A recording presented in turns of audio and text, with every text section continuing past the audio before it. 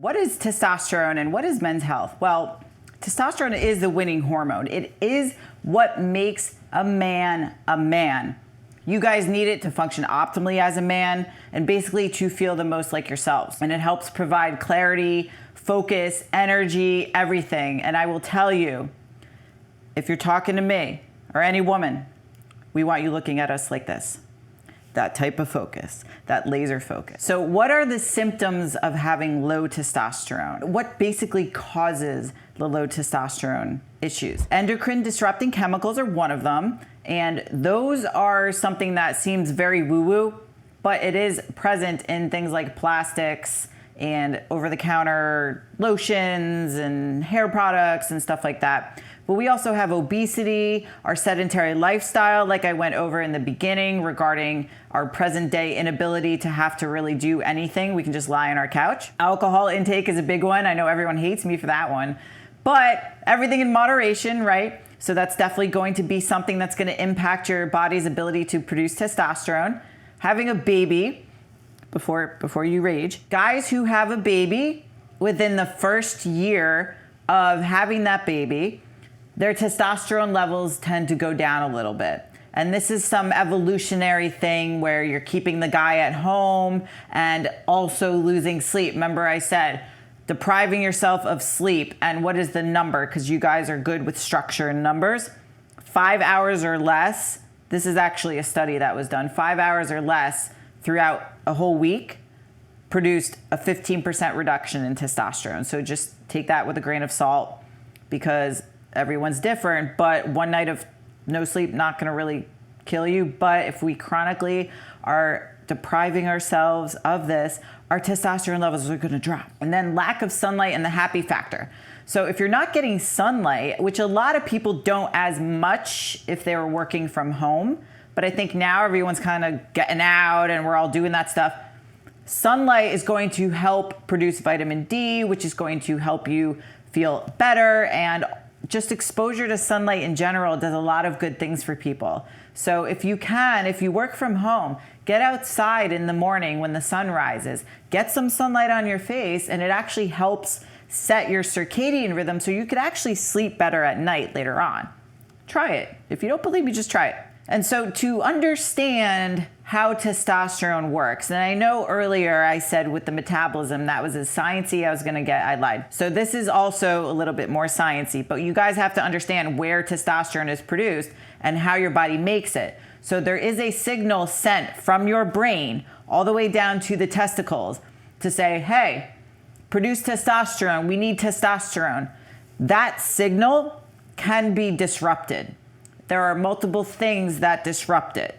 One of them being chronic undereating, chronic overeating, training too much, training too little, and again, depriving your body of sleep. Those things can all affect your ability to produce testosterone, stressors being one of them. And everyone says, well, yeah, I'm stressed, but like I don't feel stressed. And I will tell you, that's okay. You can tell me you don't feel stressed. But if I can get you to take your resting heart rate and your blood pressure, there's going to be times that's going to show me that you're stressed. So if you have elevated blood pressure, if your heart rate is really high, like 70s or above, just while you're sitting, that's indicative of your body being under stress. If you're not sleeping that well, you can be under stress. If you feel like you're retaining water all the time, you're under stress. And it can be emotional or it can actually be physical if you're training too much and you're not eating enough. Those things all impact your body's ability to produce testosterone. And the biggest thing is it basically affects your erection the most. So a lot of guys think all of a sudden, no boner, I must have low T. That could be a part of it. However, the biggest contributor to men having less frequent erections, less hard erections, are because of stress. 100%. Even my guys who are on TRT, testosterone replacement, they question their protocol. They question maybe I need more testosterone. It was stress. The stress of the pandemic can affect your ability to produce an erection, and your stress from Too much training, emotional stress, and all the other things that I mentioned. And so one of the analogies that I like to use, especially in the fitness industry, is if you're in the gym, and I'll give you guys an analogy that'll actually be more aligned for what you do. But if you're in the gym or if you're at your computer, you're working on some sort of deal, you have to get it done, there's a deadline, you can feel the stress, you're sweating, veins in your forehead are popping. Or if you're in the gym, you're coming up from a really heavy squat, you're holding your breath, your veins are popping, everything. Those two scenarios, think of the stress that happens with that. Now, think of some sort of sexual, attractive person that walks right in front of you and gives you the eyes and likes, yeah, let's go. Do you really think that you can switch gears right at that minute and pop a boner in that extremely stressful environment? There's absolutely no way. That is exactly how your body responds under stress. And that is exactly what's going to happen if you can't achieve an erection when you're under stress, whether you feel it or not. And so some of the acronyms that I like to use when it comes to understanding your erection or the science behind an erection is point and shoot. And this has to do with our nervous system. So you may have heard of a sympathetic nervous system and the parasympathetic nervous system. Sympathetic means fight or flight. So running from a bear, all of those things that our ancestors had to worry about. So sympathetic just means you're constantly stressed. You may have a very high heart rate sitting down. You may sweat as you're sitting. You may be nervous, fidgety. Fight or flight. Your body anticipates something stressful is going to happen. You're not going to be able to achieve erection that way. You have to be parasympathetic, which is rest and digest, calm, walking, sleeping, deep breaths, stuff like that. If you're calm and you're relaxed and somebody you find attractive walks in front of you and says, let's go, it's going to be a lot easier to follow them to the bedroom or the woods or wherever you choose. Ejaculation is sympathetic. So that's another issue is guys will deal with ejaculation issues and they can't get sympathetic enough, or if they're too sympathetic, it does interfere with that. And so these things contribute to your erection, and they can be brain-based, which is stress. So anything anticipated by the signal that comes from the brain down to the testicles. It can be biochemistry, which is testosterone, which can impact, but it isn't the only thing. And then it can also be blood flow. So obviously, if we don't have blood flow to the penis, you're not going to achieve an erection, and that can be affected by poor health, poor lifestyle, poor sleep, poor cardiovascular health. So with the current state of men's health, it's actually a scary place. Sperm production has decreased 59% since the 70s. 59%. That is a lot.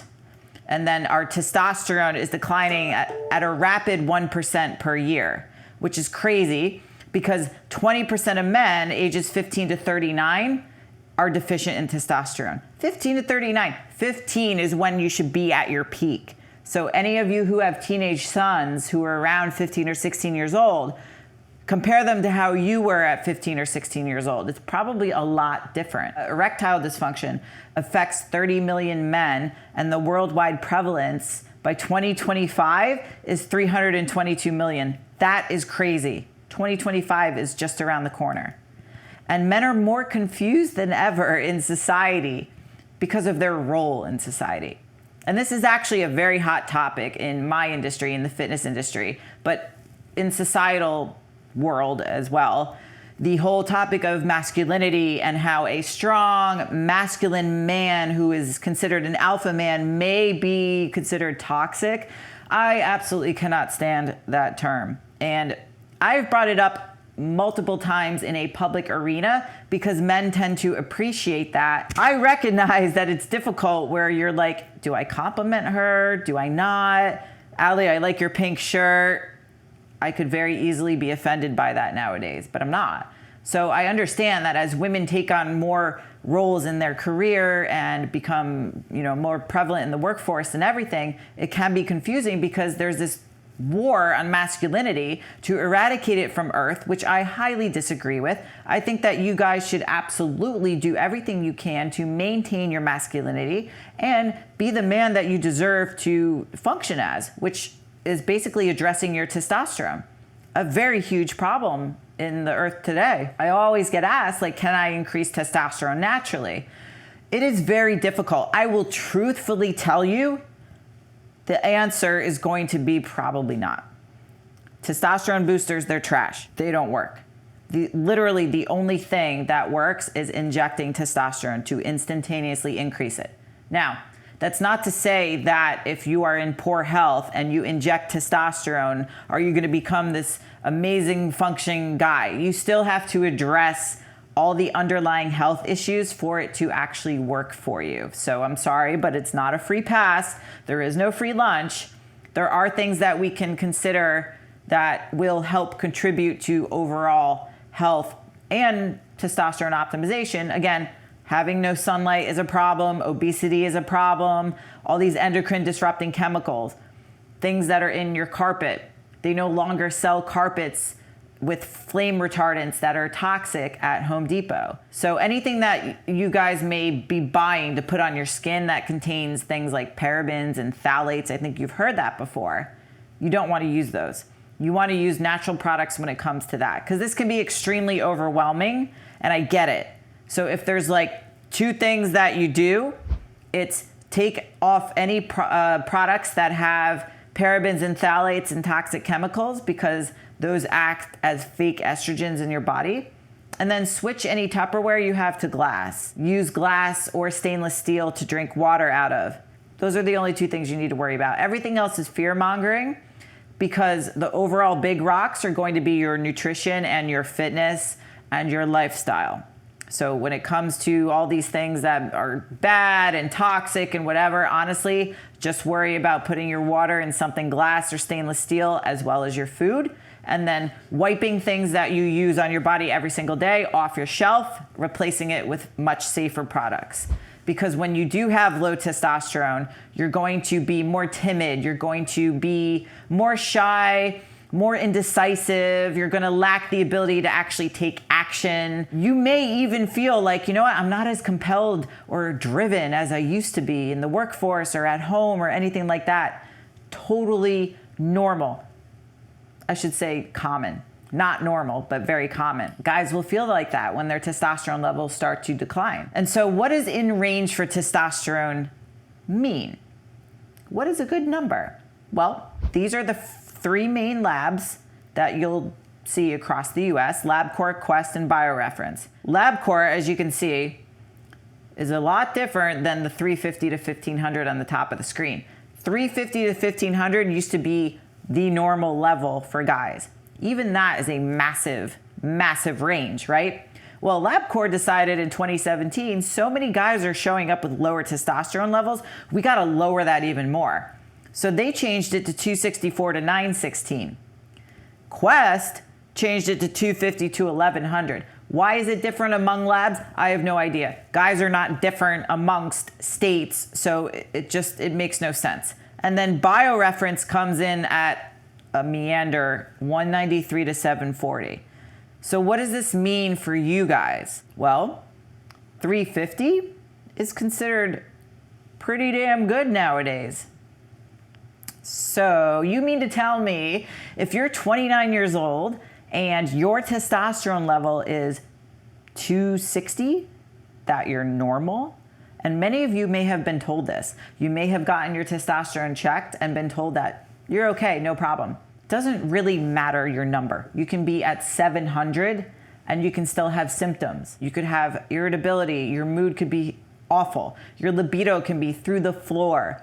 You can not have the ability to make these decisions and have the mental clarity to actually focus. You can have all these symptoms and even erections and then still be told that you're fine. It's a problem in our healthcare industry. But you go to the doctor and you tell him that you have these issues and that you can't achieve an erection as easily and that you are depressed. So then you get handed an antidepressant or Viagra or Cialis to fix it. Doesn't seem like the best way to fix things, does it? And it's crazy because these levels of testosterone continue to decline rapidly, but we're just going to create a different standard deviation and make that less to go along with the guys declining. So then it makes it harder for them to actually be told, yeah, you're a candidate for testosterone replacement. I hate that. I don't like that. And today's men are actually weaker than their dads and our grandfathers. Our grandfathers had higher testosterone levels than men do at present day. And don't think for a second that this is showing up or not showing up physically in guys being born in Gen X and Gen Z. And as I showed you guys or said earlier that sperm production has decreased 59%, that decrease also aligns with the increase in plastic production. Plastics contain xenoestrogens, which are fake estrogens that bind to receptors in your body and make it think that it's producing female hormones. We don't want that. So there's a great book called Countdown. Dr. Shanna Swan, she is one of the leading researchers on this landmark study of sperm production decreasing 59%. You probably may have heard her on Joe Rogan. She honestly did this study in 2017. This book came out a little while ago. You can read a lot more scary things. I am just scratching the surface as to what is to come in regards to sperm production. Basically, women who are pregnant, depending on their health status and what their lifestyle habits include, can affect a man's sperm production when he's an adult. If you don't believe me, please go get the book. It is crazy. So now, after we've talked about sperm production declining and basically men's health at crisis, I'm going to talk about how do we get jacked and tan, otherwise known as GTL.